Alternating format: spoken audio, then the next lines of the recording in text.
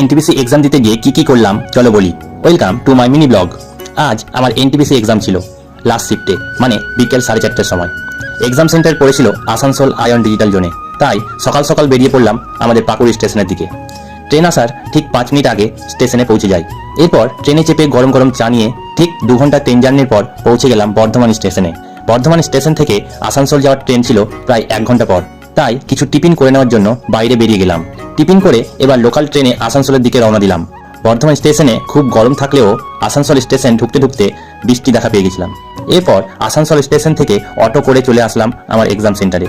ঠিক টাইম মতো এক্সাম সেন্টারে পৌঁছে গেছিলাম। তারপর এক্সাম দিয়ে আবার চলে আসলাম আসানসোল স্টেশনে। তখন বাজে সন্ধ্যে 6টা। আর এইদিকে আসানসোল স্টেশনটা খুব সুন্দর করে সাজানো হয়েছিল। বাড়ি ফেরার ট্রেন ছিল আমার রাত্রি 12টার সময়। তাই কিছু খাবার খেয়ে স্টেশনের মধ্যেই একটু আরাম করে নিয়েছিলাম।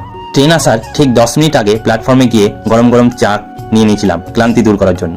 এরপরে ট্রেন চলে আসে আর এই ট্রেনটা ডাইরেক্ট আসানসোল থেকে পাকুড় যাবে।